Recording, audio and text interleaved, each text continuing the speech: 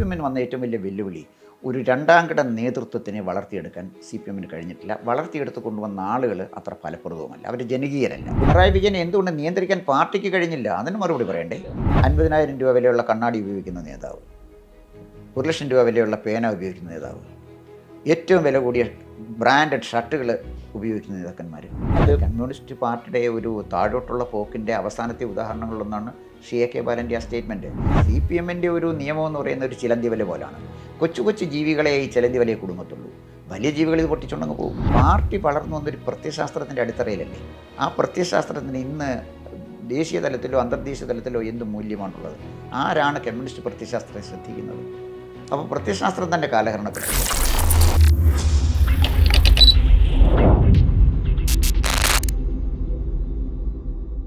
നമസ്കാരം. ശ്രീ കോന്നി ഗോപകുമാറുമായിട്ടുള്ള സംഭാഷണം തുടരുകയാണ്. Welcome sir. നമസ്കാരം. നമ്മൾ കഴിഞ്ഞ അധ്യായത്തിൽ കേരളത്തിൽ BJP എത്രത്തോളം മുന്നേറും, അവരുടെ സാധ്യതകൾ, അവരുടെ വെല്ലുവിളികൾ, അത്തരം കാര്യങ്ങളെക്കുറിച്ചാണ് നമ്മൾ പറഞ്ഞ് അവസാനിപ്പിച്ചത്. അപ്പോൾ BJPയുടെ വളർച്ചയെക്കുറിച്ച് താങ്കൾ ഒരുപാട് ശുഭപ്രതീക്ഷയോടുകൂടി കുറേയധികം കാര്യങ്ങൾ പറഞ്ഞു. അപ്പോൾ അതിനൊരു മറുവശം എന്ന് പറയുമ്പോൾ BJP വളരുമ്പോൾ ഇവിടെ ആരാണ് തളരുന്നത് എന്നുള്ളൊരു ചോദ്യമുണ്ട്. ആരെങ്കിലും ഒരാൾ ഒന്ന് ചീഞ്ഞ് മറ്റൊന്നിന് വളം, അതാണല്ലോ എൻ്റെ ഒരു തിയറി. അങ്ങനെ BJP മുന്നേറുകയാണെങ്കിൽ ഇവിടെ സ്വാഭാവികമായും പ്രബലമായ രണ്ട് മുന്നണികളുണ്ട്. ആരായിരിക്കും ക്ഷയിക്കുക, ക്ഷീണിക്കുക? സംശയിക്കേണ്ട CPM തന്നെയായിരിക്കും. എന്തുകൊണ്ട്? അതിൻ്റെ കാരണം വെച്ചാലേ, ഇപ്പോൾ കോൺഗ്രസ് അവരുടെ നിലയൊന്ന് മെച്ചപ്പെടുത്തിയിട്ടുണ്ട് ഈ തെരഞ്ഞെടുപ്പോടുകൂടി. CPM-ൻ്റെ നില നമ്മൾ നോക്കണം. 2004 43 MPമാരുണ്ടായിരുന്നു CPM-ന് പാർലമെൻറ്റിൽ. 2024 വന്നപ്പോൾ അത് 4 കുറഞ്ഞു. ഇപ്പോൾ 99 സീറ്റുമായിട്ടാണല്ലോ കോൺഗ്രസ് പോയിരിക്കുന്നത്. പിന്നെ കോൺഗ്രസിൻ്റെ ഒരു പ്രത്യേകത, കോൺഗ്രസ് ഇന്ത്യയിലെ ജനങ്ങളുടെ ഒരു വികാരത്തിൻ്റെ ഭാഗമാണ്. ഏത് ഗ്രാമത്തിൽ ചെന്നാലും ഒരു കോൺഗ്രസ്സുകാരനെ കാണാം. കോൺഗ്രസ് പരിപൂർണമായിട്ട് നശിച്ചു പോകും എന്ന് ഞാൻ കരുതുന്നില്ല. കോൺഗ്രസിൻ്റെ നേതൃത്വം ഇന്നല്ലെങ്കിൽ നാളെ മാറുന്നൊരു നേതൃത്വമാണ്. ഈ നേതൃത്വത്തിനോട് എനിക്ക് ബഹുമാനമില്ല. ഈ നെഹ്റു കുടുംബത്തിൻ്റെ കോൺഗ്രസ് നിൽക്കണമെന്നുള്ള അഭിപ്രായക്കാരനുമല്ല ഞാൻ. അതല്ല വ്യത്യാസം. കോൺഗ്രസ് എന്ന് പറഞ്ഞ പാർട്ടിയെക്കുറിച്ച് ഞാൻ പറയുന്നു. അത് തീർച്ചയായിട്ടും നിലനിൽക്കും. പക്ഷേ CPM നേരിടുന്ന വെല്ലുവിളി വളരെ പ്രധാനപ്പെട്ടതാണ്. കോൺഗ്രസിൻ്റെ കാര്യത്തിൽ ഒരു അഡീഷൻ വേണ്ടതായിട്ട് എനിക്ക് തോന്നുന്നു. കോൺഗ്രസ് കേരള പ്രോസ്പെക്റ്റിലാണ് പറയുന്നത്. ഇവിടെ നിലനിൽക്കുമെന്ന് താങ്കൾ പറയുമ്പോഴും നേരത്തെ ഉമ്മൻചാണ്ടി അല്ലെങ്കിൽ AK ആൻ്റണി അല്ലെങ്കിൽ K കരുണാകരൻ എന്നൊക്കെ പറയുന്ന കരിസ്മാറ്റിക് ആയിട്ടുള്ള ലീഡേഴ്സ് ഉണ്ടായിരുന്നു. ഇന്ന് കോൺഗ്രസ്സിന് അങ്ങനെ ഒരു നേതാവ് ഇല്ല. ഈ സാഹചര്യത്തിൽ എങ്ങനെ കോൺഗ്രസ് വിത്ത്സ്റ്റാൻഡ് ചെയ്യും എന്നാണ് താങ്കൾ പറയുന്നത്? കോൺഗ്രസ്, ഞാൻ എപ്പോഴും കോൺഗ്രസിനെ കാണുന്ന ഒരു ആൾക്കൂട്ടമായിട്ടാണ്. ആൾക്കൂട്ടത്തിൽ ഒരു നേതാവ് വരുന്നത് എമേർജിങ് ലീഡറായിരിക്കും. ഉദാഹരണത്തിന് ഞാൻ വ്യക്തിപരമായി പ്രതീക്ഷ വെച്ച് പുലർത്തുന്ന ഒരു നേതാവാണ് മാത്യു കുഴൽനാടൻ. ഇന്നല്ലെങ്കിൽ നാളെ കോൺഗ്രസ്സിന് പ്രതീക്ഷിക്കാൻ കഴിയുന്ന ഒരു നേതാവാണ് മാത്യു കുഴൽനാടൻ. അതുപോലെ തന്നെ യൂത്ത് കോൺഗ്രസിൻ്റെ പ്രസിഡന്റ് രാഹുൽ മാങ്കൂട്ടത്തിൽ പ്രതീക്ഷ വെച്ച് പുലർത്താൻ കഴിയുന്ന ഒരു നേതാവാണ്. അപ്പോൾ ഞാൻ പറഞ്ഞു വന്നത്, കോൺഗ്രസ് പിന്നെ ഇന്ദിരാ കോൺഗ്രസ് ആൻ്റണി കോൺഗ്രസുമായിട്ടൊക്കെ മാറി നിന്ന സമയത്താണ് ഈ പറഞ്ഞ നേതാക്കന്മാരൊക്കെ വന്ന നമ്മുടെ രമേശ് ചെന്നിത്തല, G കാർത്തികേയൻ, പന്തളം സുധാകരൻ, അവരൊക്കെ എമർജിങ് ലീഡേഴ്സ് ആയിരുന്നു. അപ്പോൾ നാളത്തെ രാഷ്ട്രീയത്തിൽ തീർച്ചയായിട്ടും കോൺഗ്രസിനകത്ത് എമർജിങ് ലീഡേഴ്സ് ഉണ്ടാവും. അപ്പോൾ നിലവിലുള്ള യുവനിരയിൽ താങ്കൾക്ക് വിശ്വാസമുണ്ട്? തീർച്ചയായിട്ടും ഉണ്ട്. സോ അതുകൊണ്ട് കോൺഗ്രസിൻ്റെ കാര്യം സേഫാണ്. CPM-ന് വന്നു കഴിഞ്ഞാൽ എന്തൊക്കെയാണ് വെല്ലുവിളികൾ താങ്കളുടെ പ്രോസ്പെക്റ്റിൽ? CPM-ന് വന്ന ഏറ്റവും വലിയ വെല്ലുവിളി ഒരു രണ്ടാംകിട നേതൃത്വത്തിനെ വളർത്തിയെടുക്കാൻ CPM-ന് കഴിഞ്ഞിട്ടില്ല. വളർത്തിയെടുത്ത് കൊണ്ടുവന്ന ആളുകൾ അത്ര ഫലപ്രദവുമല്ല, അവർ ജനകീയരല്ല. ഉദാഹരണത്തിന് SFI, എൻ്റെയൊക്കെ കോളേജ് കാലഘട്ടത്തിൽ SFIയുടെ നേതൃത്വം നമ്മുടെ സുരേഷ് കുറുപ്പിനായിരുന്നു. സുരേഷ് കുറുപ്പ് വന്ന വലിയൊരു ഗ്ലാമർ ഫിഗറായിരുന്നു. നമ്മുടെ കോളേജിലൊക്കെ വരുമ്പോൾ സുരേഷ് കുറുപ്പിനെ കാണാനായിട്ട്, പ്രസംഗം കേൾക്കാനായിട്ട് പൊതുസമൂഹം ശ്രദ്ധിക്കുന്ന നേതാവായിരുന്നു സുരേഷ് കുറുപ്പ്. ഈ നാർഷോയിലേക്ക് വന്നപ്പോൾ സ്ഥിതി എന്തായി? ഒരു ഉദാഹരണം ഞാൻ ഈ പറയുന്നത്. മനസ്സിലായി. ഒരു കാലഘട്ടത്തിൽ CPM വളർത്തിയെടുത്ത കുറേ നേതാക്കന്മാരുണ്ട്. പിരപ്പംകൂട് മുരളി ഒരു നല്ല സാഹിത്യകാരൻ. ഇപ്പോഴത്തെ ഇവിടെയാണ് പിന്നെ സജീവമല്ല. നല്ല ഇത്രയും സൗമ്യനായ, ഇത്രയും സംസ്കൃതചിത്തനായ ഒരു നേതാവ് ഒരു പൊളിറ്റിക്കൽ പാർട്ടിയിലും ഇല്ല. എൻ്റെ വ്യക്തിപരമായ അഭിപ്രായം, ഞാൻ അദ്ദേഹത്തിനെ പരിചയപ്പെട്ടിട്ടുള്ളൂ പറഞ്ഞു. അതുപോലെ തന്നെ പിന്നെ M വിജയകുമാർ നമ്മുടെ സ്പീക്കറായിട്ടിരുന്നു, എത്ര സൗമ്യന്. G സുധാകരൻ, അവർ കോൺട്രിബ്യൂട്ട് ചെയ്തതല്ലേ. അപ്പം അങ്ങനെ വലിയൊരു നേതൃനിരയെ അന്ന് CPM-ന് കോൺട്രിബ്യൂട്ട് ചെയ്യാൻ പറ്റും. അവർ കൊടുത്ത നേതാക്കന്മാരെ ജനം എടുത്തു. അതാണ് എൻ്റെ പ്രത്യേകത. അവർ ജനങ്ങളിലേക്ക് ഇവരെ നേതാക്കന്മാരെ ഏൽപ്പിച്ചു. ജനം അത് ഏറ്റെടുക്കുകയും ചെയ്തു. ഇപ്പോഴാരെയാണ് CPM-ന് ജനങ്ങളെ ഏൽപ്പിക്കാൻ കഴിയുന്ന ഒരു നേതാവ്? CPM സ്വയം അങ്ങനെ ഒരു ആസൂത്രിത പദ്ധതി നേതാക്കന്മാരെ വളർത്താനായിട്ട് ശ്രമിക്കുന്നില്ല എന്നാണോ താങ്കൾ പറയുന്നത്? അതോ അവരുടെ ശ്രമങ്ങൾ ഫലം കാണുന്നില്ല എന്നുള്ളതാണ്? അല്ല, ക്വാളിറ്റിയുള്ള നേതാക്കന്മാർ പാർട്ടിയിൽ ഉണ്ടാകുന്നില്ല എന്നാണ് ഞാൻ പറഞ്ഞത്. അവർ ക്വാളിറ്റി ഉള്ളവരാണ്. അവരെ വളർത്തിയെടുത്തു എന്ന് പറഞ്ഞാൽ സ്വയം ഉണ്ടാകുന്നതല്ല. നേതൃനിര ബോധപൂർവമായി ഇപ്പോൾ കടകംപള്ളി സുരേന്ദ്രൻ, ഞാൻ ചില പ്രാദേശിക നേതാക്കന്മാരുടെ പേര് പറയുന്നില്ല, അദ്ദേഹം CPM ജില്ലാ സെക്രട്ടറി ആയിരുന്ന കാലത്ത് ഇന്ന് തിരുവനന്തപുരത്തെ പല തീപ്പൊരി പ്രാസംഗികന്മാരായ പല പ്രാദേശിക നേതാക്കന്മാരെയും കണ്ടതും വളർത്തിയതും കടകംപള്ളി സുരേന്ദ്രനാണ്. അത് അദ്ദേഹത്തിൻ്റെ ദീർഘവീക്ഷണമാണ്. ഇയാൾ രക്ഷപ്പെടും, ഇയാൾക്കൊരു ഭാവിയുണ്ട്, ഇവൻ നാളെ MLA മന്ത്രിയാകും എന്നുള്ള ദീർഘവീക്ഷണത്തോടു കൂടി അദ്ദേഹം പലരെയും കൈപിടിച്ചുയർത്തി, പലരും അദ്ദേഹത്തെ കൂടെ നിന്ന് പണിതു, അദ്ദേഹം തിരിച്ചു പണിതിട്ടുണ്ട്. അങ്ങനെയുള്ള പ്രശ്നങ്ങൾ വേറെ.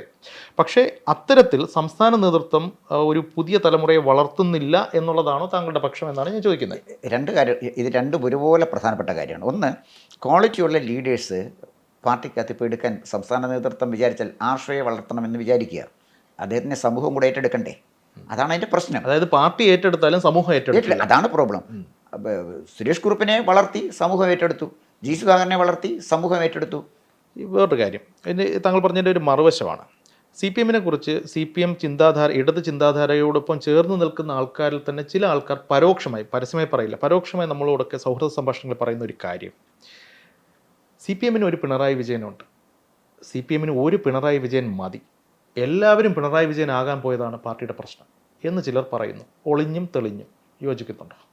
ഇല്ല, കേരളത്തിലെ പിണറായി വിജയൻ ഒരു പിണറായി വിജയനേ ഉള്ളൂ. ആരും പിണറായി വിജയനാകാൻ ശ്രമിച്ചിട്ടില്ല, ശ്രമിച്ചാൽ പരാജയപ്പെടുത്തുള്ളൂ. അങ്ങനെ പക്ഷേ സംഭാഷണ ശൈലി കൊണ്ടും കാർക്കശ്യം കൊണ്ടും ആൾക്കാരോടുള്ള പെരുമാറ്റ രീതി കൊണ്ടും പിണറായി വിജയനെ ഇമിറ്റേറ്റ് ചെയ്യാൻ പലരും ശ്രമിക്കുന്നതായി വ്യക്തിപരമായി എനിക്ക് തോന്നിയിട്ടുണ്ട്. താങ്കളുടെ ഒരു പക്ഷം എന്താണ്? ചിലർക്ക് ശ്രമിക്കുന്നുണ്ട്. ഒന്നാമത്തെ കാര്യം, പിണറായി വിജയനെ ഇമിറ്റേറ്റ് ചെയ്യുമ്പോൾ പിണറായി വിജയൻ വളരെ ജനസമ്മതനായ ഒരു നേതാവിനെ ഇമിറ്റേറ്റ് ചെയ്യുന്നതിലേ കാര്യം ഒഴിക്കുന്നുള്ളൂ. അദ്ദേഹത്തിൻ്റെ ഭരണപരാജയം തന്നെയല്ലേ ഈ തെരഞ്ഞെടുപ്പിൽ നമ്മൾ കണ്ടത്. അദ്ദേഹത്തിനെ ഇമിറ്റേറ്റ് ചെയ്തിട്ട് കാര്യം തിരിക്കുന്നു. പക്ഷേ അദ്ദേഹം 10-15 കൊല്ലം CPM എന്ന പ്രസ്ഥാനത്തെ നയിച്ചൊരു നേതാവാണ്. CPM സംസ്ഥാന സെക്രട്ടറി കസേരയിൽ ഇരുന്നിട്ട് CPM-ൻ്റെ ഒരുപാട് പ്രതിസന്ധി ഘട്ടങ്ങളിൽ പതറാതെ പാർട്ടിയെ നയിച്ച ഒരാളാണ്. അതിന് കോട്ടങ്ങളുണ്ടാകാം, ചിലപ്പോൾ പാർട്ടിയിൽ ചില ക്ഷീണങ്ങൾ ഉണ്ടായിട്ടുണ്ടാകാം. പക്ഷേ എന്ന് കരുതി അദ്ദേഹത്തിൻ്റെ നേതൃപാടവത്തെ അല്ലെങ്കിൽ അദ്ദേഹത്തിൻ്റെ ആ ഒരു മുന്നേറ്റത്തെ, കരുത്തിനെ, ആർജവത്തെ നമുക്ക് തള്ളിക്കളയാൻ സാധിക്കുമോ? 23 വർഷം പശ്ചിമ ബംഗാൾ പോലെ ഇന്ത്യയിലെ നമ്മുടെ ഒരു ഇൻ്റലക്ച്വൽ ഒരു കേന്ദ്രമാണ്, ബുദ്ധിജീവികളുടെ കേന്ദ്രമാണ് ബംഗാൾ. ആ ബംഗാളിനെ നയിച്ച ആളാണ് ജ്യോതി ബസു. ജ്യോതി ബസു വേണ്ടാന്ന് വെച്ചാണ് മുഖ്യമന്ത്രി സ്ഥാനത്ത് നിന്ന് ഇറങ്ങിയത്. അതുകൊണ്ട് പിണറായി വിജയൻ ഇരുന്ന കാലയളവ് അത്ര ദീർഘമായൊരു കാലയളവാണ് എന്ന് ഞാൻ കരുതുന്നില്ല. ബംഗാളും കേരളവുമായിട്ട് പല കാര്യത്തിൽ സാദൃശ്യമുണ്ട്. ഒരാൾ ഭരിക്കുമ്പോൾ കൂടുതൽ ശക്തിയോടുകൂടി ഭരണ തുടർച്ച നേടുന്നിടത്താണല്ലോ കാര്യമിരിക്കുന്നത്. അല്ലെങ്കിൽ ഡിക്ലൈൻ ചെയ്ത് കഴിഞ്ഞാൽ പിന്നെ അതിനകത്തൊരു തകർച്ച വന്നു കഴിഞ്ഞാൽ. അതേസമയം കേരളത്തിൻ്റെ ചരിത്രത്തിൽ ആദ്യമായി ഒരു തുടർ ഭരണം, ഒരേ മുഖ്യമന്ത്രി, ഒരേ മുന്നണി, അത് പിണറായി വിജയനാണ് സാധ്യമാക്കിയത്. അത് കണ്ടില്ല എന്ന് വയ്ക്കാൻ പറ്റുമോ? തീർച്ചയായിട്ടും കണ്ടില്ല എന്ന് വയ്ക്കാൻ പറ്റില്ല. പക്ഷേ അനുകൂലമായ ചില സാഹചര്യങ്ങളുണ്ട്. ചരിത്രത്തിൽ ആദ്യമാണ് ഈ കോവിഡ് പോലൊരു മഹാമാരി, ഒരു ദുരന്തം വരുന്നത്. അവിടെ ആളുകൾ വളരെ വൈബ്രേറ്റഡായി. അന്ന് ആളുകൾ പട്ടിണി കിടക്കുമായിരുന്നു. പട്ടിണി കിടക്കുന്ന ആളുകൾക്ക് കിറ്റ് കൊടുത്തു. അന്ന് കുറ്റമൊക്കെ പറഞ്ഞെന്ന് പറഞ്ഞാലും അവരുടെ ആഹാരം കൊടുത്തത് പിന്നെ അന്നത്തെ ഗവൺമെൻറ് അല്ലേ. അതിനെ കുറ്റം പറയാനല്ലേ കോൺഗ്രസ് പോയുള്ളൂ. അപ്പോൾ ആഹാരം കൊടുത്തതിൻ്റെ കൂടെ ജനങ്ങൾ നിന്നു. ഞാനൊന്ന് ചോദിച്ചോട്ടെ, ഹൈപ്പോത്തറ്റിക്കലാണ്. അന്ന് UDF സർക്കാരാണ് ഇവിടെ ഭരിച്ചിരുന്നത് എന്ന് കരുതുക. അതായത് 2016 അധികാരത്തിലേറിയത് UDF ആണ് എന്ന് കരുതുക. അങ്ങനെയാണെങ്കിൽ 2019-20 കാലഘട്ടങ്ങളിൽ കോവിഡ് മഹാമാരി ഇവിടെ വരുമ്പോൾ സ്വാഭാവികമായിട്ട് സർക്കാർ മെഷീനറി ഉണർന്ന് പ്രവർത്തിക്കും. കുറേയധികം ആൾക്കാർക്ക് അന്നും അവരും കിറ്റ് കൊടുക്കേണ്ടി വരും, അല്ലെങ്കിൽ ആൾക്കാർക്ക് അന്നം എത്തിക്കേണ്ടി വരും. അവർ ചെയ്യുമോ ചെയ്യില്ലയോ അതൊക്കെ ഹൈപ്പോത്തറ്റിക്കലാണ്. പക്ഷേ പിണറായി സർക്കാർ നേരിട്ടതുപോലെ പിണറായി സർക്കാരിൻ്റെ സ്ഥാനത്ത് ഉമ്മൻചാണ്ടി സർക്കാരാണ് കോവിഡിനെ നേരിട്ടതെങ്കിൽ അവർക്കൊരു തുടർഭരണം ഉണ്ടാകുമായിരുന്നോ ഇല്ലയോ? തീർച്ചയായിട്ടും ഉണ്ടാകുമായിരുന്നു. ഉമ്മൻചാണ്ടി ആയിരുന്നുവെങ്കിൽ. ഉമ്മൻചാണ്ടിക്ക് നേരിടുന്ന വെല്ലുവിളി അദ്ദേഹത്തിൻ്റെ പാർട്ടിക്കകത്ത് നിന്നാണ്. അദ്ദേഹത്തിൻ്റെ പാർട്ടിക്കകത്ത് നിന്ന് അദ്ദേഹത്തിന് പിന്നിൽ നിന്ന് കുത്തിയതാണ് പ്രശ്നമായത്. ഉമ്മൻചാണ്ടി കേരളം കണ്ട ഏറ്റവും നല്ല മുഖ്യമന്ത്രിമാരിൽ ഒരാളായിരുന്നു. ഒരുപക്ഷെ ഏറ്റവും നല്ല മുഖ്യമന്ത്രി ഉമ്മൻചാണ്ടിയായിരുന്നു. ഇവിടെ പിന്നെ വിഴിഞ്ഞം കൊണ്ടുവന്നത്, കൊച്ചിൻ മെട്രോ കൊണ്ടുവന്നത്, കണ്ണൂർ എയർപോർട്ട് കൊണ്ടുവന്നത്, ഇതൊക്കെ ഉമ്മൻചാണ്ടിയല്ലേ. ഉമ്മൻചാണ്ടിയെ നമ്മളെ കേരളം കണ്ട ഏറ്റവും ശക്തനായ നേതാവ് ഉമ്മൻചാണ്ടിയാണ്. പക്ഷേ അദ്ദേഹത്തിന് ശക്തി പ്രകടിപ്പിക്കാൻ ഒരു വേദി കിട്ടിയില്ല എന്ന് മാത്രം. അപ്പോൾ ഉമ്മൻചാണ്ടി ആയിരുന്നെങ്കിൽ ഒരു കുഴപ്പം ഉണ്ടാവില്ല. അതായത് താങ്കളുടെ വാക്കിൻ്റെ ഒരു അബ്സ്ട്രാക്റ്റ് എടുക്കുകയാണെങ്കിൽ കോവിഡാണ് പിണറായി വിജയന് തുടർഭരണം കൊടുത്തതിൽ ഒരു കാരണം. പിന്നെ വേറെന്താ കാര്യം? വേറെ ഒരു കാരണം കോൺഗ്രസിനകത്തുണ്ടായിരുന്ന സംഘർഷം. അതായത് അടുത്ത തെരഞ്ഞെടുപ്പ് വരുമ്പോൾ ഉമ്മൻചാണ്ടിയാണോ രമേശ് ചെന്നിത്തലയാണോ കോൺഗ്രസിനെ നയിക്കുന്നത് എന്നൊരു തർക്കം രൂക്ഷമായിരുന്നു. പലയിടത്തും ഇവർ പരസ്പരം കാലുവാരി. അതൊരു വാസ്തവമാണ്. അതാണ് പരാജയം. രണ്ടാമത്തെ കാരണം അതാണ്. ഓക്കെ, കോൺഗ്രസിനകത്തുള്ള ആഭ്യന്തര പ്രശ്നമുള്ള. ശരി, എന്തായാലും പിണറായി വിജയൻ രണ്ടാമതും അധികാരത്തിലെത്തി. അദ്ദേഹം ശക്തമായ നിലപാടുകൾ, അദ്ദേഹത്തിൻ്റെതായ നിലപാടുകളുമായി മുന്നോട്ട് പോകുന്നു. ഭാവി എന്തായിരിക്കും? പിണറായി വിജയൻ എന്ന രാഷ്ട്രീയ നേതാവിൻ്റെ ഭാവിയാണ് ഞാൻ ചോദിക്കുന്നത്. അത് കമ്മ്യൂണിസ്റ്റ് പാർട്ടിക്ക് സംഭവിച്ച ഒരു അപജയം നമ്മൾ കോൺഗ്രസിനെ വിലയിരുത്തുന്ന പോലെ കമ്മ്യൂണിസ്റ്റ് പാർട്ടിയെ വിലയിരുത്താൻ പറ്റില്ല. കാരണം കമ്മ്യൂണിസ്റ്റ് പാർട്ടിയുടെ നിലനിൽപ്പെന്ന് പറഞ്ഞാൽ പ്രത്യയശാസ്ത്രത്തിൻ്റെ അടിത്തറയിലാണ് പാർട്ടി എന്ന് പറയുന്ന മേൽപ്പുര കിട്ടുന്നത്. ഞാനിത് പറയുമ്പോൾ ഈ നമ്മുടെ സന്ദേശത്തിലെ കുമാരപിള്ള സാർ പറയുന്ന പോലെ തോന്നും. കാരണം 10-20 കൊല്ലം കമ്മ്യൂണിസ്റ്റ് പാർട്ടി പ്രവർത്തിച്ച ഒരാളാണ്. അതുകൊണ്ട് ചിലപ്പം അത്രയും ഇത് കാര്യങ്ങൾ കടന്നു വന്നേക്കാം. ഒരു കാര്യം ഞാൻ പറയാം. ഒരു രാഷ്ട്രീയ നിരീക്ഷകൻ എന്നുള്ള നിലയിൽ എന്നെ എക്യുപ്പൈ ചെയ്തത് CPM-ലെ എൻ്റെ പ്രവർത്തന കാലഘട്ടമാണ്. CPM-ൽ പ്രവർത്തിക്കാൻ കോൺഗ്രസ് നേതാക്കന്മാർ കുറേ കാലം ഇന്നത്തെ CPM അല്ല, അന്നത്തെ CPM-ൽ പ്രവർത്തിച്ചാൽ സമൂഹത്തെക്കുറിച്ചും രാഷ്ട്രീയത്തെക്കുറിച്ചും ലോകത്തെക്കുറിച്ചും പഠിക്കാൻ നമുക്ക് അവസരം കിട്ടും. ഞാൻ കോളേജ് പഠിപ്പിച്ചിട്ടുള്ള സമയത്താണ് CPM-ൻ്റെ പ്രവർത്തനം സജീവ രംഗത്ത് നീങ്ങുന്നത്. അപ്പോൾ അതിനകത്ത് CPM എൻ്റെ ശരിക്കും പറഞ്ഞാൽ ഒരു പാഠശാലയായിരുന്നു. KM മാണി സാറിൻ്റെ പാഠപുസ്തകമായിരുന്നു അദ്ദേഹത്തിനോട് വർക്ക് ചെയ്തപ്പോൾ. ഇതൊക്കെ രണ്ട് വൈരുദ്ധ്യങ്ങളാണ് ഞാൻ പറയുന്നത്. ഇപ്പോൾ CPM-ൻ്റെ അടിത്തറയെന്ന് പറഞ്ഞാൽ പ്രത്യയശാസ്ത്ര അടിത്തറയല്ല, അതിൻ്റെ മുകളിലാണ് ഈ പാർട്ടി എന്ന് പറയുന്ന മേൽപ്പുര ഉണ്ടാക്കിയത്. അപ്പോൾ പാർട്ടിക്ക് ചില പ്രത്യേക നയ സമീപനങ്ങളൊക്കെ ഉണ്ട്. വൈരുദ്ധ്യങ്ങളുടെ സംഘർഷമാണ് സമൂഹത്തിൻ്റെ പരിവർത്തനത്തിന് ഇടവരുത്തുന്നതെന്നാണല്ലോ മാർക്സ് പറയുന്നത്. ആ സംഘർഷത്തിലേക്ക് മാർക്സിസ്റ്റ് പാർട്ടി പോയിരിക്കുന്നു. ഒരു പ്രത്യയശാസ്ത്രത്തിൻ്റെ ഒരു മൂല്യച്യുതി അങ്ങനെയാണോ? പ്രത്യയശാസ്ത്രത്തിൻ്റെ മൂല്യച്യുതി ഒരു ഭാഗത്ത്, നേതൃത്വത്തിൻ്റെ മൂല്യച്യുതി മറുഭാഗത്ത്. ഇത് വലിയൊരു സംഘർഷത്തിലേക്ക്. ഒരു ഉദാഹരണം ഞാൻ പറയാം. മാർക്സിസ്റ്റ് പാർട്ടി നേരിടുന്ന ഒരു സംഘർഷം എന്ന് പറഞ്ഞാൽ 2009 മാർക്സിസ്റ്റ് പാർട്ടിയുടെ കേന്ദ്ര കമ്മിറ്റി ഒരു തെറ്റുതിരുത്തൽ പ്രമേയം അവതരിപ്പിച്ചു. ആ തെറ്റുതിരുത്തൽ പ്രമേയത്തിൽ അവർ പറഞ്ഞത് പാർട്ടി നേതാക്കന്മാരിൽ ചിലർ വരുമാനത്തിൽ കവിഞ്ഞ സ്വത്ത് സമ്പാദിക്കുന്നതായിട്ട് പാർട്ടിയുടെ ശ്രദ്ധയിൽപ്പെട്ടിട്ടുണ്ട്. ഇത് പാർട്ടിയെ വലുതായിട്ട് ക്ഷീണിപ്പിക്കുന്നതാണ്. ഇത്തരം പ്രവണതകൾ ഒരു കാരണവശാലും വെച്ച് പുലർത്താൻ പറ്റില്ല. 2009 CCയുടെ കേന്ദ്ര കമ്മിറ്റിയുടെ തെറ്റുതിരുത്തൽ പ്രമേയമാണ് ഞാനീ പറയുന്നത്. ഇനി 2015 മാർക്സിസ്റ്റ് പാർട്ടിയുടെ പ്ലീനം കേരളത്തിൽ നടന്നു. ആ പ്ലീനത്തിൽ കണ്ടെത്തലെന്ന് വെച്ചാൽ നമ്മുടെ പാർട്ടി നേതാക്കന്മാരിൽ ചിലർക്ക് മദ്യപാനശീലം വർദ്ധിക്കുന്നു, ചിലർ ബ്ലേഡ് മാഫിയയുമായിട്ടും കോറി മാഫിയയായിട്ടൊക്കെ ബന്ധപ്പെടുന്നു.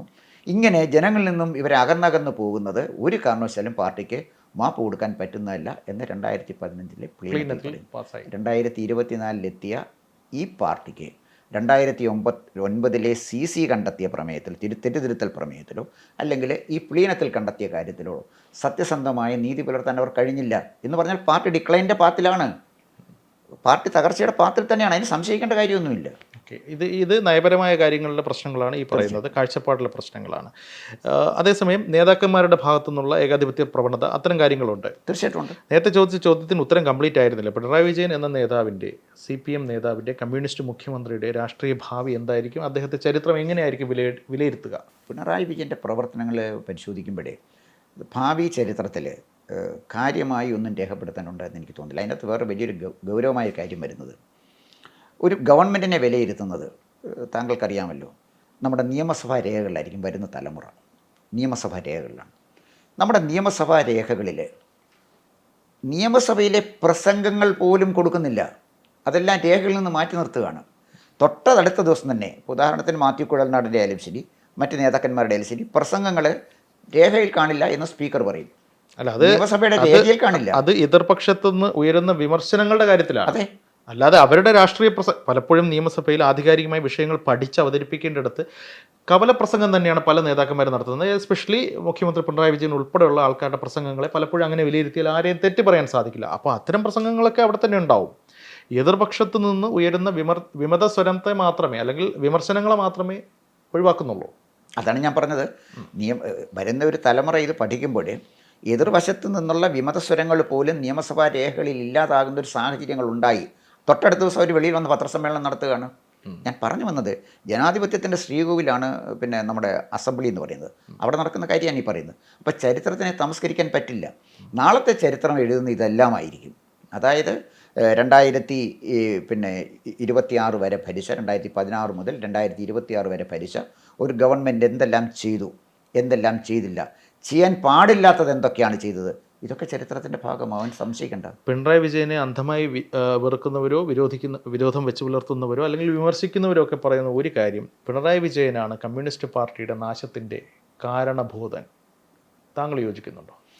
പിണറായി വിജയൻ മാത്രമാണ് കമ്മ്യൂണിസ്റ്റ് പാർട്ടിയുടെ നാശത്തിൻ്റെ കാരണഭൂതനെന്ന് ഞാൻ പറയില്ല. കാരണം എന്താണെന്ന് ചോദിച്ചാൽ, ഞാൻ അതിനാണ് ചൂണ്ടിക്കാണിച്ചത്. 2009 CC തെറ്റുതിരുത്തൽ പ്രമേയം കൊണ്ടുവരുമ്പോൾ പിണറായി വിജയൻ മുഖ്യമന്ത്രിയല്ല. 2015 പാർട്ടി പ്ലീനം കൂടുമ്പോൾ പിണറായി വിജയൻ മുഖ്യമന്ത്രിയല്ല. പിണറായി വിജയനെ എന്തുകൊണ്ട് നിയന്ത്രിക്കാൻ പാർട്ടിക്ക് കഴിഞ്ഞില്ല? അതിന് മറുപടി പറയണ്ടേ? ഇല്ല, വർഷങ്ങൾക്ക് മുന്നേ നമ്മൾ നോക്കിക്കഴിഞ്ഞാൽ CPM എന്ന് പറയുന്നൊരു സംവിധാനം, പാർട്ടിയാണ് അൾട്ടിമേറ്റ് അതോറിറ്റി. പണ്ട് EK നയനാർ നിയമസഭയിൽ എന്ത് പ്രസംഗിക്കണമെന്നുള്ളത് തലേ ദിവസം AK സെൻറ്ററിൽ VS അച്യുതാനന്ദൻ വായിച്ച് തിരുത്തിയതിന് ശേഷമാണ് അത് രാത്രി അല്ലെങ്കിൽ വെളുക്കെയാണ് ഗവൺമെൻറ് പ്രസ്സിൽ പ്രിൻ്റ് ചെയ്തിട്ട് നിയമസഭയിൽ എത്തുക. അതായിരുന്നു പാർട്ടിയുടെ റോൾ. പക്ഷേ 2016 മുതൽ ഇന്ന് പാർട്ടി സർക്കാർ എന്ത് തീരുമാനിക്കുന്നു അല്ലെങ്കിൽ മുഖ്യമന്ത്രി എന്ത് നിയമസഭയിൽ പറയുന്നു എന്നുള്ളത് പാർട്ടി അറിയുന്നത് TV-യിലൂടെയാണ്. ആ അവസ്ഥയിലേക്ക് മാറി. അപ്പോൾ ഈ ഒരു സാഹചര്യത്തിൽ പാർട്ടിക്ക് സർക്കാരിനെ നിയന്ത്രിക്കാൻ സാധിക്കുന്നില്ല. ഇതാണ് പാർട്ടി നേരിടുന്ന ഒരു വലിയൊരു വിഷയം. ഇത്തരം MV ഗോവിന്ദൻ അദ്ദേഹം പാർട്ടി സെക്രട്ടറിയായി വരുമ്പോൾ അല്ലെങ്കിൽ വന്നതോടുകൂടി ഒരു മാറ്റം വരുമെന്നൊക്കെ പ്രതീക്ഷിച്ചു. പക്ഷേ ഒന്നും സംഭവിച്ചില്ല. ഇപ്പോഴും പാർട്ടി എന്ന് പറയുന്ന മുഖ്യമന്ത്രി തന്നെയാണ് നിൽക്കുന്നത്. പക്ഷേ അദ്ദേഹത്തിൻ്റെ കാലശേഷം അദ്ദേഹത്തിൻ്റെ ടെനർ ഈ ഒരു 2 ടേം പൂർത്തിയാക്കുന്നതോടുകൂടി അദ്ദേഹം മാറി നിൽക്കുകയാണ് എന്നുണ്ടെങ്കിൽ പകരം പുതിയൊരു നേതാവ് വരും. അങ്ങനെ വരുമ്പോൾ പഴയ ആ ഒരു സാഹചര്യം റീഇൻസ്റ്റേറ്റ് ചെയ്യപ്പെടില്ലേ? അങ്ങനെയാണെങ്കിൽ CPM-ന് വീണ്ടും എന്താ പറയുക, നേരത്തെ ഉണ്ടായിരുന്നത് പോലെ VS-ൻ്റെ കാലത്ത് ഉണ്ടായിരുന്നത് പോലെ സുശക്തമായിട്ട് മുന്നോട്ട് പോകാൻ സാധിക്കില്ലേ? സാധിക്കില്ല. അതിൻ്റെ കാരണം ഒരു ഡിസിൻറ്റിഗ്രേഷനിലെ പാത്തിലാണ് പാർട്ടി. ഇപ്പോൾ ഉദാഹരണത്തിന് ഞാൻ പറയാം. ആദ്യത്തെ CPM-ൻ്റെ സെക്രട്ടറി CH കണാരനായിരുന്നു. 64 പിളരുമ്പോൾ EMS വന്നു, VS അച്യുതാനന്ദൻ വന്നു, EK നയനാർ വന്നു, ചടയൻ ഗോവിന്ദൻ കഴിഞ്ഞപ്പോഴാണ് പിണറായി വിജയൻ. അദ്ദേഹം ദീർഘകാലം ഇരുന്നു. ആ കാലഘട്ടത്തിലാണ് VS അച്യുതാനന്ദനും പിണറായി വിജയനുമായുള്ള സംഘർഷം ആരംഭിക്കുന്നത്. അതായത് വെട്ടിനിർത്തൽ. അപ്പോൾ പാർട്ടി സെക്രട്ടറി നിയന്ത്രണത്തിൽ അധികം വഴങ്ങാൻ VS സമ്മതിക്കുന്നില്ല. പാർട്ടി സെക്രട്ടറിയും VS-ഉമായിട്ടുള്ള സംഘർഷം വളരെ ശക്തമായിട്ട് വന്നു. അപ്പോൾ അതിനകത്ത് നമ്മൾ കാണേണ്ട ഒരു കാര്യം എന്താണെന്ന് വെച്ചാൽ ഈ പാർട്ടിയിലെ ഒരുപാട് കണ്ണുനീരിൻ്റെ കഥയുണ്ട്. അതായത് ഉദാഹരണത്തിന് ഈ പാർട്ടി വിട്ടുപോയ ആളുകളെ നിസ്സാര കാര്യത്തിന് പാർട്ടി നടപടിയെടുത്ത ചില ആളുകളുണ്ട്. അവിടെ പാർട്ടി ദുർബലമാകുമെന്ന് ഞാൻ പറയാനുള്ള കാരണം അതാണ്. KR ഗൗരിയമ്മയെ എന്തിനാണ് പാർട്ടിയിൽ നിന്ന് പുറത്താക്കിയത്? അതിൻ്റെ കാരണമില്ല, എനിക്കറിയില്ല കാരണം. ഇനി അഥവാ കാരണം കാണുമായിരിക്കും. കൃത്യമായ രാഷ്ട്രീയ നിരീക്ഷണം നടന്ന് എനിക്ക് ആ കാരണത്തെക്കുറിച്ച് അറിയില്ല. MV രാഘവനെ ഒഴിവാക്കാൻ കാരണം ബദൽ രേഖയാണ്. ആ ബദൽ രേഖയുടെ പേരിൽ MV രായറിനെ ഒഴിവാക്കിയിട്ട് ഇവർ തന്നെ ഇപ്പം ലീഗിൻ്റെ പുറകെ നടക്കല്ലേ പിന്തുണയ്ക്കായിട്ട്. അവിടെ ലീഗിൻ്റെ മുന്നേ മുട്ടുകുത്തി നിൽക്കുകയല്ലേ മാർക്സിസ്റ്റ് പാർട്ടി. അപ്പോൾ MV ഇതിനാണ് ഏറ്റവും രസകരമായൊരു കാര്യമുണ്ട്. EMS-നേക്കാൾ വ്യക്തിപരമായി ഞാൻ ബഹുമാനിക്കുന്ന ബുദ്ധിജീവി P. ഗോവിന്ദപിള്ളയാണ്. ഞാൻ ഗോവിന്ദപിള്ള സാറിൻ്റെ ക്ലാസ്സിൽ ഇരുന്നിട്ടുണ്ട്. EMS-ൻ്റെ ക്ലാസ്സും ഞാൻ കേട്ടിട്ടുണ്ട്. PG ഒരു വിഷയം അവതരിപ്പിച്ചാൽ പിന്നെ അതിനെക്കുറിച്ച് നമുക്ക് സംശയം ഉണ്ടാവില്ല. അത്ര മനോഹരമായിട്ടാണ് P. ഗോവിന്ദപിള്ള അവതരിപ്പിക്കുന്നത്. അദ്ദേഹം ദേശാഭിമാനിയുടെ ചീഫ് എഡിറ്ററായിട്ടിരിക്കുന്ന കാലഘട്ടത്തിൽ ആരോ ഒരാൾ ദേശാഭിമാനിക്ക് 3000 രൂപയുടെ ഒരു ചെക്ക് അയച്ചു കൊടുത്തു. അത് ക്യാഷ് ചെയ്തു. പക്ഷേ പാർട്ടി പണം അടയ്ക്കാൻ അദ്ദേഹം മറന്നുപോയി. കാരണം P. ഗോവിന്ദപിള്ളയുടെ മറവി വളരെ പ്രസിദ്ധമാണ്. ഇരിക്കുന്ന ബാഗ് മറന്നുപോകും, കണ്ണട മറന്നുപോകും. ഇതൊക്കെ അദ്ദേഹത്തിൻ്റെ ഒരു ശീലമാണ്. ഇത് അടയ്ക്കാൻ മറന്നുപോയി. ഈ ഒരു കാരണം പറഞ്ഞാണ് അദ്ദേഹത്തെ പാർട്ടി ദേശാഭിമാനിയുടെ ചീഫ് എഡിറ്റർ സ്ഥാനത്ത് നിന്ന് മാറ്റുന്നത്. പിൽക്കാലത്ത് അദ്ദേഹത്തിൻ്റെ സംസ്ഥാന കമ്മിറ്റിയിൽ നിന്ന് അദ്ദേഹത്തിനെ ബ്രാഞ്ച് കമ്മിറ്റിയിലേക്ക് തരം താഴ്ത്തി.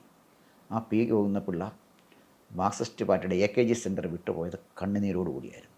തിരുവനന്തപുരത്തൊരു നേതാവുണ്ടായിരുന്നു, TN സത്യനേശൻ.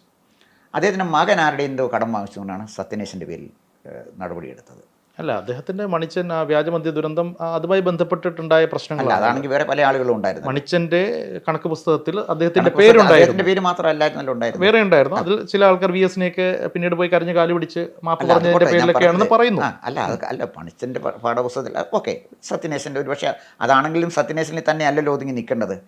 ഇനിയും വേറെ ഒരാളുണ്ട്, മാമാക്കുട്ടി എന്ന് പറഞ്ഞ് തൃശ്ശൂർ ഒരു നേതാവുണ്ടായിരുന്നു. അദ്ദേഹത്തിൻ്റെ ഭാര്യ ഏതൊരു സ്ത്രീയുടെ നിന്ന് 5000 രൂപ കടം വാങ്ങിച്ചു.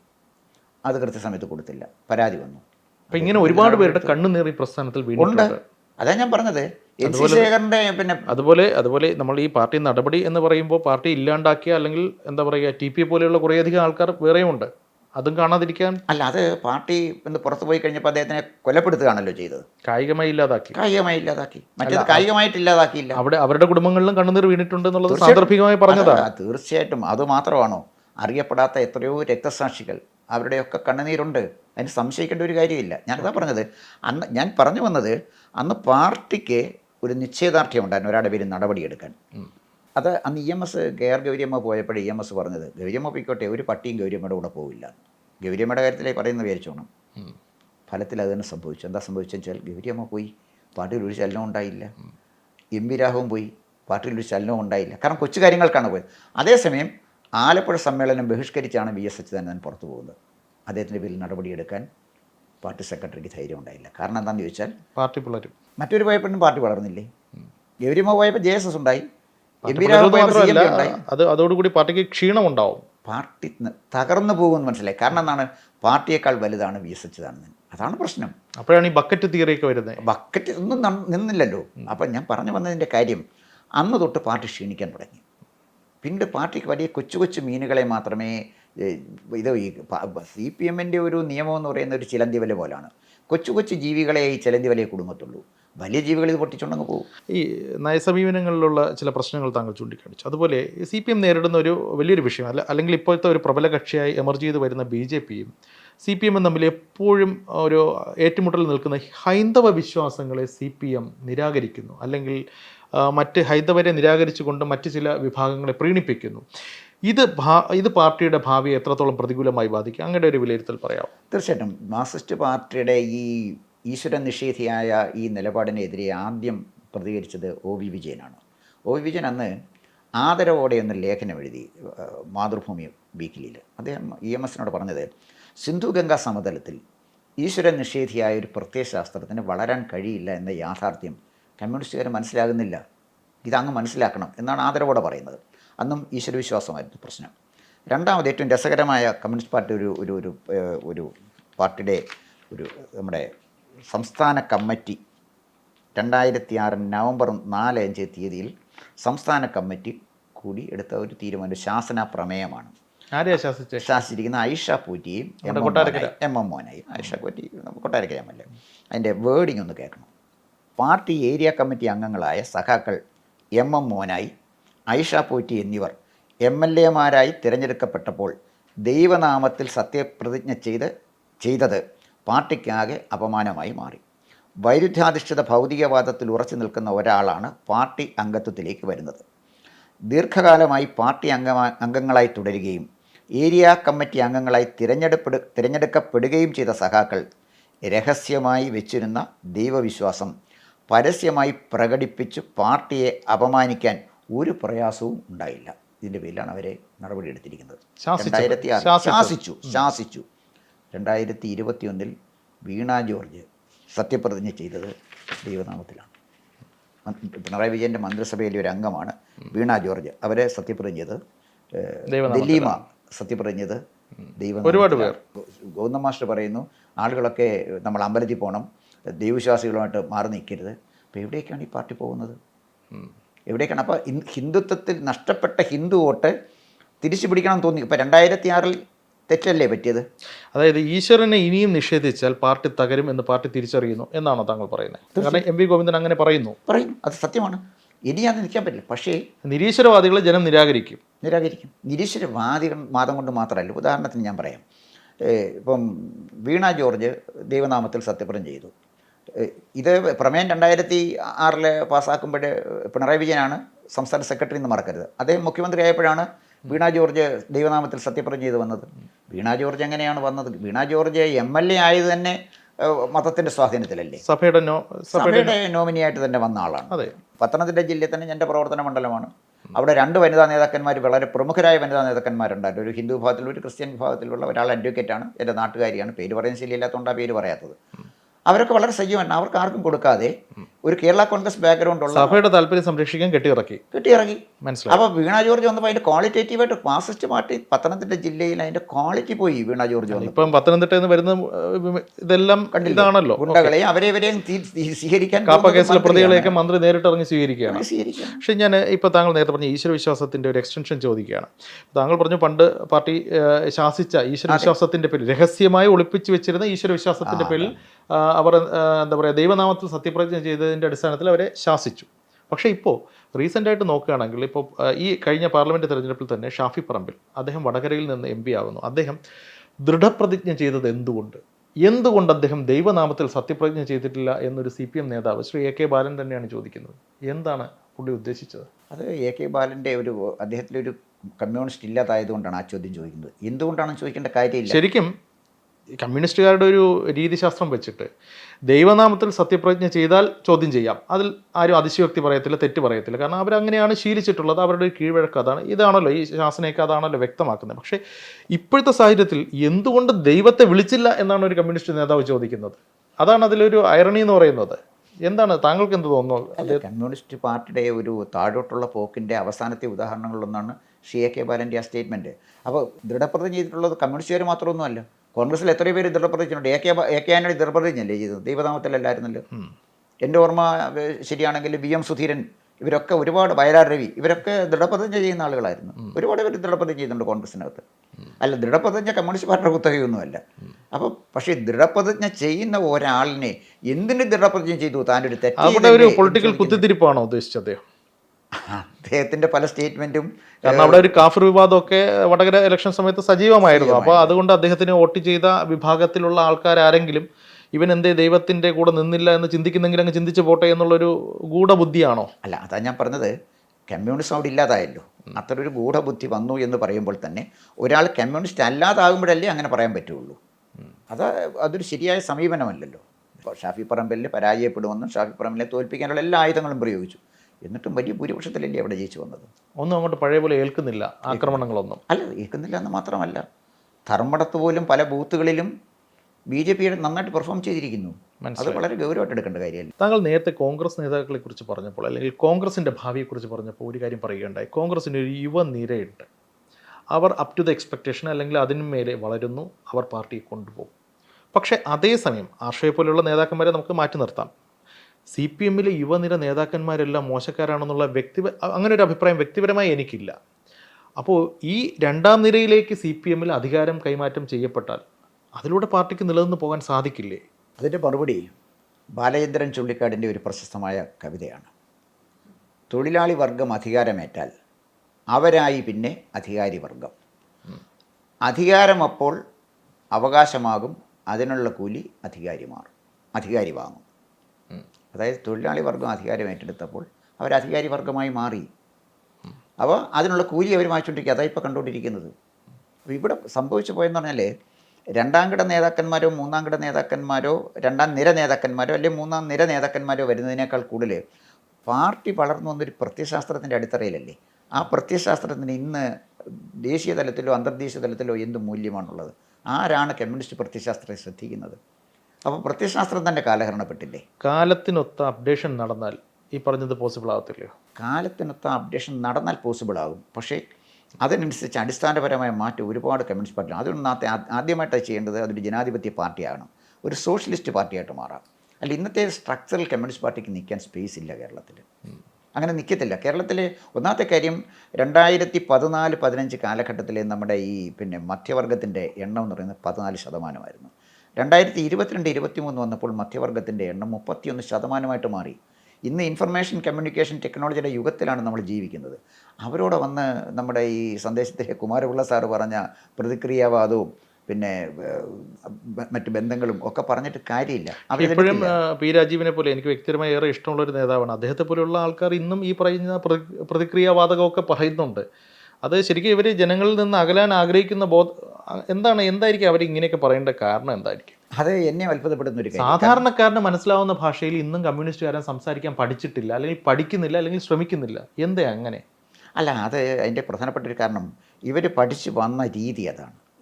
രാജീവ് നല്ല വ്യവസായ മന്ത്രിയാണ്, അതിന് തർക്കമൊന്നുള്ളൊരു കാര്യമല്ല. വ്യവസായ മന്ത്രി എന്നുള്ള നിലയിൽ നന്നായിട്ട് പെർഫോം ചെയ്യുന്ന നല്ല നേതാവാണ്, നല്ലൊരു പാർലമെന്റേറിയൻ, നല്ല പാർലമെന്റ്. അദ്ദേഹം പാർലമെന്റിൽ നിന്ന് മത്സരിക്കുന്നില്ല എന്ന് അദ്ദേഹത്തിന്റെ ലാപ്പ് ഇവിടെ തന്നിട്ട് പോകണമെന്ന് വരെ കേന്ദ്രമന്ത്രി പറഞ്ഞു. അതെ, അദ്ദേഹത്തിനെ തരണം, പാർലമെന്റിന് വേണമെന്ന് പറഞ്ഞ ആളാണ്. പക്ഷേ ഇപ്പം ഈ കേരളത്തിലെ ജനങ്ങൾ എങ്ങനെ ചിന്തിക്കുന്നു, കേരളത്തിലെ ജനങ്ങൾ എന്താണ് ആവശ്യപ്പെടുന്നത് എന്ന് മനസ്സിലാക്കാൻ ഇവർക്ക് കഴിയുന്നില്ല.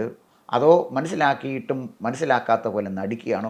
എന്തായാലും ശരി, ഈ നേതാക്കന്മാരൊക്കെ നമ്മുടെ ഒരു പ്രതീക്ഷയ്ക്കൊത്ത് ഉയരാൻ കഴിയുന്നില്ല. പക്ഷേ നിലപാട് കൊണ്ടും ഇവരുടെ നയസമീപനങ്ങൾ കൊണ്ടും പഴയ ആ ഒരു വരട്ടു തത്വവാദമാണ് ചില നേതാക്കന്മാരെങ്കിലും ഫോളോ ചെയ്യുന്നത് എങ്കിലും ഈ പറയുന്ന നേതാക്കന്മാരുടെയൊക്കെ വ്യക്തി ജീവിതത്തിലേക്ക് പോയാൽ പലരും പോസ്റ്റ് മോഡേൺ ആയിട്ടുള്ള ലൈഫാണ് എൻജോയ് ചെയ്യുന്നത്. എല്ലാ സുഖലോലുപതകളും പല നേതാക്കന്മാരും കാംക്ഷിക്കുന്നു, അതിൽ അഭിരമിക്കുന്നു. ഇതിനെങ്ങനെ കാണും? തീർച്ചയായിട്ടും 50,000 രൂപ വിലയുള്ള കണ്ണാടി ഉപയോഗിക്കുന്ന നേതാവ്, 1,00,000 രൂപ വിലയുള്ള പേന ഉപയോഗിക്കുന്ന നേതാവ്, ഏറ്റവും വില കൂടിയ ബ്രാൻഡഡ് ഷർട്ടുകൾ ഉപയോഗിക്കുന്ന നേതാക്കന്മാർ, ഇതൊക്കെ ഇവിടെ ഒരു അല്ല, ഞാൻ ആലോചിക്കുന്നത് അതാണ്. ഒരു നേതാവിനെ, ഒരു ഫൗണ്ടൻ പേന ഉപയോഗിച്ചതിന് ഒരു നേതാവിനെ പാർലമെൻറ്റിൽ നിന്ന് അന്ന് പാർട്ടി പുറത്താക്കിയിട്ടുണ്ട്, വെസ്റ്റ് ബംഗാളിലെ നേതാവിനെ. അതേ പാർട്ടി നമ്മുടെ മുഖ്യമന്ത്രി തന്നെ പറയുന്ന ഐഫോണൊക്കെ ഉയർത്തി കാണിച്ചിട്ട് ഞാൻ ഉപയോഗിക്കുന്ന ഇതാണ് ഡിജിറ്റൽ ഒപ്പ്, ഇതൊക്കെ പോസിബിൾ ആണെന്നൊക്കെ അദ്ദേഹം പറയുന്നുണ്ട്. പക്ഷേ ഇത് കണ്ടീഷൻ സപ്ലൈഡ് ആയിട്ടാണ് ഈ നയസമീപനങ്ങൾ പല കാര്യങ്ങളിലും CPM കൈക്കൊള്ളുന്നത്. അതിനെങ്ങനെ കാണുന്നു? ഇപ്പോൾ ഈ നിയമസഭയിൽ, ഇപ്പോഴത്തെ നിയമസഭയിൽ 24 Marxist party MP കോടീശ്വരന്മാരാണ്. 24 party MLA കോടീശ്വരന്മാരാണ്. കോൺഗ്രസിൻ്റെ 14 MLA കോടീശ്വരന്മാരാണ്. കോൺഗ്രസിൻ്റെ 14 MLA, ലീഗിൻ്റെ 12 MLA. കേരള കോൺഗ്രസിന് അതികുറവാണ്. CPM-ലെ 4 MLA കോടീശ്വരന്മാരാണ്. CPI ഇവരൊക്കെ അധികാര രാഷ്ട്രീയത്തിൻ്റെ ഭാഗമായതിനു ശേഷം കോടീശ്വരന്മാരായതാണോ, അതോ ഇവരൊക്കെ ജന്മം കൊണ്ട് അങ്ങനെ ഒരു ജന്മി തറവാട്ടിൽ ആ ഒരു പാരമ്പര്യം ഉള്ളതുകൊണ്ട് കോടീശ്വരന്മാരായതാണോ? രണ്ട് തരത്തിലുള്ള ആളുകളുണ്ട്. അധികാരമേറ്റ് കോടീശ്വരന്മാരായ ആളുകളുണ്ട്. കോടീശ്വരന്മാരായിട്ട് ശേഷം ഇങ്ങോട്ട് വന്ന ആളുകളുണ്ട്. PV അൻവർ നേരത്തെ എൻ്റെ കോടീശ്വരനാണ്. അദ്ദേഹം ഇങ്ങോട്ട് വന്നപ്പോഴാണ് പിന്നെ കോടീശ്വരനായതുകൊണ്ട് മാത്രമാണ് ഇങ്ങോട്ട് വന്നത്. കോടീശ്വരന്മാരെ അക്കോമഡേറ്റ് ചെയ്യുന്ന അത് ചൈനീസ് കമ്മ്യൂണിസ്റ്റ് പാർട്ടി എങ്ങനെയാണ്? ചൈനീസ് കമ്മ്യൂണിസ്റ്റ് പാർട്ടി പോളിറ്റ് ബ്യൂറോയിലെല്ലാം ഇരിക്കുന്ന ശതകോടീശ്വരന്മാരാണ്. ഈ ചൈനീസ് പാർട്ടി എന്ന് പറഞ്ഞാൽ പോരെ, ചൈനീസ് കമ്മ്യൂണിസ്റ്റ് പാർട്ടി എന്ന് പറയണോ? പറയേണ്ട കാര്യമില്ല. പക്ഷേ അത് അവരുടെ പേരെങ്ങനെയാണ്? ഒരു ടെക്നിക്കലി അതാണ്, അതിനപ്പുറത്തേക്കൊന്നുമില്ല.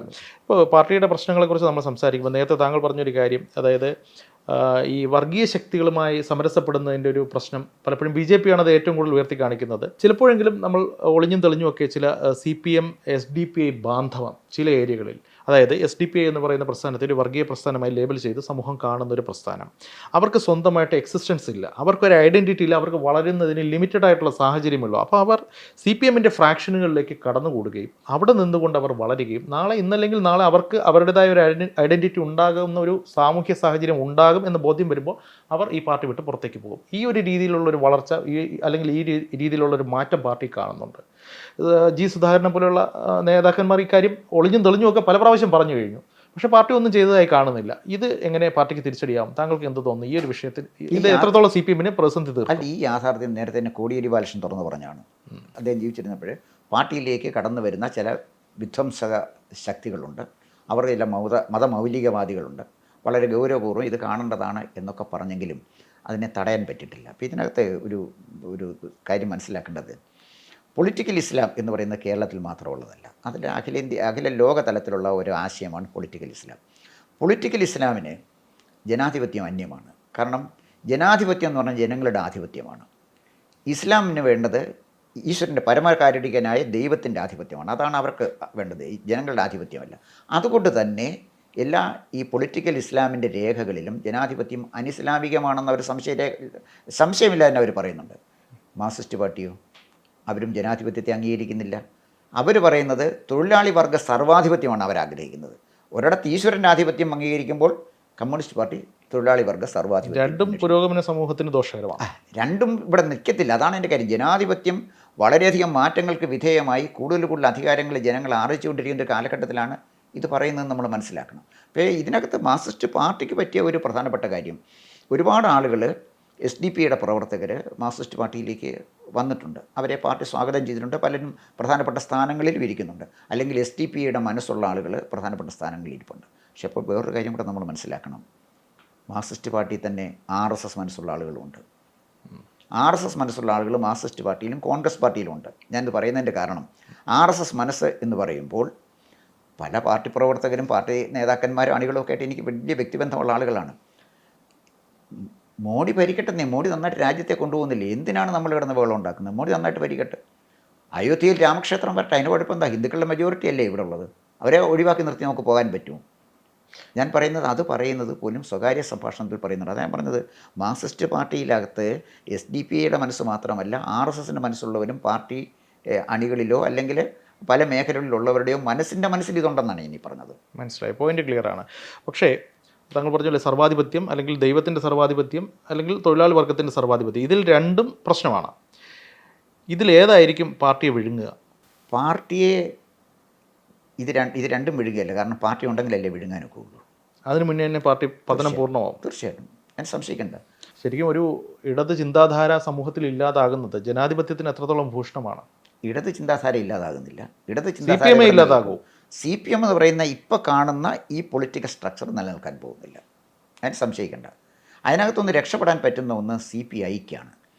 CPI ഇപ്പോൾ CPI എന്ന് പറയുന്നതിനകത്ത് ഇപ്പോൾ ഈ ബിനോയ് വിശ്വത്തിന് അത് എത്രമാത്രം കഴിയുമെന്ന് എനിക്കറിഞ്ഞൂടാ. ബിനോയ് വിശ്വത്തിൻ്റെ ശത്രു ഇപ്പോൾ പ്രകാശ് ബാബുവായിട്ട് മാറി. അപ്പോൾ പിന്നെ CPIയെ സംബന്ധിച്ചിടത്തോളം CPIക്ക് സത്യത്തിന് ഞാൻ ബഹുമാനിക്കുന്ന ഒരു പാർട്ടി സെക്രട്ടറിയേ ഉണ്ടായിട്ടുള്ളൂ, അത് CK ചന്ദ്രപ്പനാണ്. വേറെ ഒരു നേതാവിനോട് CPI സെക്രട്ടറിമാരോടൊന്നും എനിക്ക് ഒരു ബഹുമാനവും തോന്നിയിട്ടില്ല. അതൊക്കെ വെറും ഒരു ആർജവമില്ലാത്ത ആളുകൾ. സൗമ്യനും കരുത്തനുമായിരുന്നു. സൗമ്യനും കരുത്തനും. അദ്ദേഹത്തിന്റെ ഇവന്റ് മാനേജ്മെന്റ് പരാമർശം ഇപ്പോഴും ഓർമ്മയുണ്ട്. അതാ ഞാൻ പറഞ്ഞത്. ഇപ്പം ഈ ബിനോയ് വിശ്വത്തിന് ഒരു അത്ഭുതം ചെയ്യാൻ പറ്റില്ല. ബിനോയ് വിശ്വത്തിനെ പെട്ടിയെടുത്തുകൊണ്ട് പുറകെ നടക്കുകയല്ല, വല്യേട്ടൻ്റെ പുറകെ നടക്കുകയല്ലാതെ വേറെ ഒരു ഓപ്ഷനുമില്ല. അതേസമയം CPI ഒരു ഞെട്ടിക്കുന്ന തീരുമാനമെടുത്താൽ അവർ UDFിലേക്ക് പോകുന്നു, കോൺഗ്രസിൻ്റെ അടുത്തേക്ക് പോകുന്നു എന്ന് പറഞ്ഞാൽ കേരള രാഷ്ട്രീയത്തിൻ്റെ ഗതി മാറും. തോന്നുന്നുണ്ടോ? അതിന് ആർജവമുള്ള നേതാക്കന്മാരുടെ അത് സംഭവിക്കാം. പക്ഷേ നിലവിൽ ബിനോയ് വിശ്വത്തെ കൊണ്ട് സാധിക്കുമെന്ന് താങ്കൾ കരുതുന്നില്ല? ബിനോയ് വിശ്വത്തിനെ കൊണ്ട് ഒരിക്കലും പോലും സാധിക്കില്ല. ബിനോയ് വിശ്വത്തിന് CPIയെ പോലും നന്നായിട്ട് മുന്നോട്ട് കൊണ്ടുപോകാൻ കഴിയുമെന്ന് ഞാൻ പ്രതീക്ഷിക്കുന്നില്ല. കാരണം അതാണ് ഞാൻ പറഞ്ഞത്, ബിനോയ് വിശ്വത്തിനേക്കാൾ കുറേ കൂടെ എഫക്റ്റീവ് ആയിരുന്നു. അദ്ദേഹം തിയറിയുടെ ആളാണ്. അദ്ദേഹം തിയറിയുടെ ആളാണ്. അതേ പറഞ്ഞു, തിയറി. അത് പ്രകാശ് ബാബു ആയിരുന്നുവെങ്കിൽ ബിനോയ് വിശ്വത്തിനേക്കാൾ ഭംഗിയായിട്ട് കൊണ്ടുപോകും. ബിനോയ് വിശ്വം തന്നെ എങ്ങനെയാണ്? കഴിഞ്ഞൊരു അദ്ദേഹത്തെ താങ്കൾ പറഞ്ഞു, ശോഭാ സുരേന്ദ്രന് ശേഷം നിങ്ങളൊരു പേര് പറയൂ BJPയെ നയിക്കാൻ. ഇൻഫാക്ട് ഒരു പേരില്ല എന്നുള്ളത് വസ്തുത. പക്ഷേ CPIയിലേക്ക് വന്നു കഴിഞ്ഞാൽ ബിനോയ് വിശ്വത്തിന് കഴിഞ്ഞാൽ പിന്നെ ഒരു പേര് പറയൂ എന്ന് പറഞ്ഞു കഴിഞ്ഞാൽ വേറെ ഏത് നേതാവ്? പ്രകാശ് ബാബു ഉണ്ട്. അദ്ദേഹം വരുമോ ഇപ്പോഴത്തെ അല്ല, അദ്ദേഹം വരുന്ന തടയുകയല്ലേ ചെയ്യുന്നത്. പ്രകാശ് ബാബു വരുന്ന തടയുകയല്ലേ ചെയ്യുന്നത്. പ്രകാശ് ബാബു പക്ഷേ അദ്ദേഹം വരികയാണെങ്കിൽ, സപ്പോസ് ഹൈപ്പത്തറ്റിക്കലാണ്, അദ്ദേഹം വരികയാണെങ്കിൽ ഈ പറയുന്നത് പോലെ വലിയേട്ടൻ്റെ പിന്നാലെ പോകുന്ന കൊച്ചേട്ടനാകാതെ CPI മറുകണ്ഠം ചാടുമെന്ന് താങ്കൾ കരുതുന്നുണ്ടോ? ഒരു പക്ഷേ ഞാൻ പറഞ്ഞു വന്നത്, കുറച്ചുകൂടെ ബിനോയ് വിശ്വത്തിനേക്കാൾ കുറച്ചുകൂടെ കാര്യങ്ങൾ ചെയ്യാൻ കരുത്തുള്ള ഒരു നേതാവ് പ്രകാശ് ബാബുവാണ്. പ്രകാശ് ബാബു കാനൻ രാജേന്ദ്രനുമായിട്ടും ഉടക്കി നിന്ന ആളാണ്.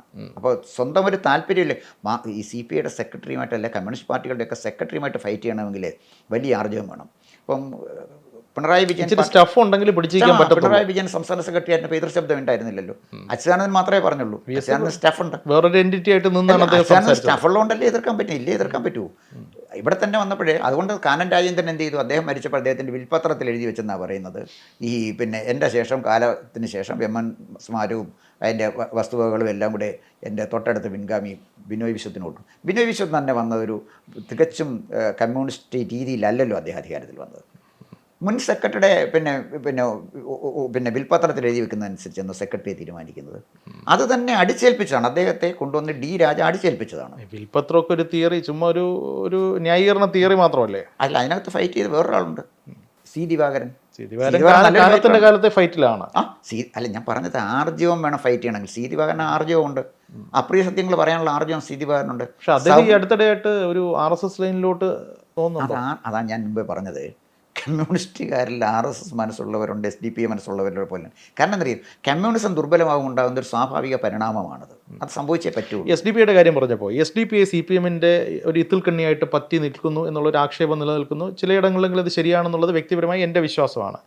ഈ ഒരു സാഹചര്യത്തിൽ SDP ഒരു ഭാവി എങ്ങനെ കാണുന്നു? CPMനൊപ്പം SDP വളരുമോ, തളരുമോ, അതോ CPMനെ വിഴുങ്ങുമോ? SDP കേരളത്തിലെ സമൂഹത്തിൽ വേരോട്ടം ഉണ്ടാക്കാൻ പറ്റില്ല. അപ്പം ഞാൻ ഉദാഹരണം പറയാം. പക്ഷേ ചില പോക്കറ്റുകൾ അവർ ശക്തമാണ്. അതെ, അധ്യാപകൻ്റെ കൈവെട്ടിയ ക്രിമിനലിനെ ജയിപ്പിക്കണം എന്ന് ഒരു ജനത തീരുമാനിച്ചെങ്കിൽ അതിന് പിന്നിൽ അവരുടെ സംഘടനാ പാഠവും അല്ലെങ്കിൽ അവരുടെ ശക്തിയെ നമുക്ക് തള്ളിക്കളഞ്ഞിട്ട് കാര്യമില്ല. ഇല്ല, അവരുടെ ശക്തിയെ ഞാൻ തള്ളിക്കളയുന്നില്ല. അതിനകത്ത് അവർ പ്രകടനം ആലപ്പുഴ നടത്തി.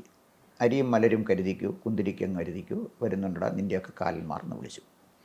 ദിവസങ്ങൾ കഴിഞ്ഞപ്പോൾ കേന്ദ്ര ഗവൺമെൻറ് അല്ലെങ്കിൽ അമിത്ഷായ്ക്ക് SDP എന്ന് പറയുന്നൊരു സംഘടന ഇല്ലാതാക്കാൻ വെറും 2 മണിക്കൂറേ വേണ്ടി വന്നത്. രാത്രി 2:30 മണിക്ക് തുടങ്ങുന്ന ഓപ്പറേഷൻ വെളുപ്പിനെ 4:30 തീരുന്നു.